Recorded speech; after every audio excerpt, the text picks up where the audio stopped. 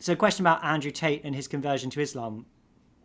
And his critique of Christianity. So his critique of Christianity being what? That it's weak, and It's basically that Christians themselves are not enforcing it. And his claim is basically that Islam is the only religion that's left because it's the only one that enforces any of its boundaries and is respected and taken seriously.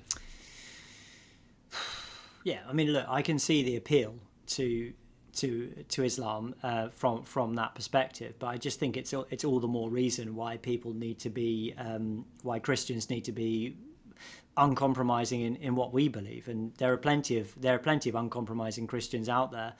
I mean, the reason I'm not a Muslim is because I just don't. I mean, it comes back to what we were talking about earlier. So I don't think Islam is true. I think it's a false religion. You know, it denies Christ. It denies that Christ is the Son of God. It denies the resurrection, and it's got. Well, it just is a false religion. So that's basically my criteria for whether or not I'm a Muslim. So I guess that's the more pressing issue. But I think they do acknowledge Jesus in some capacity, don't they? Yeah, they acknowledge him as a prophet, but they specifically repudiate him as the Son of God. So I believe that the mosque, you know, the Dome of the Rock, has written on the walls of it, you know, God has no son, and this, you know, the Islam is in its essence a contradiction to Christianity. It's antagonistic to Christianity because it denies the central claims of Christianity, and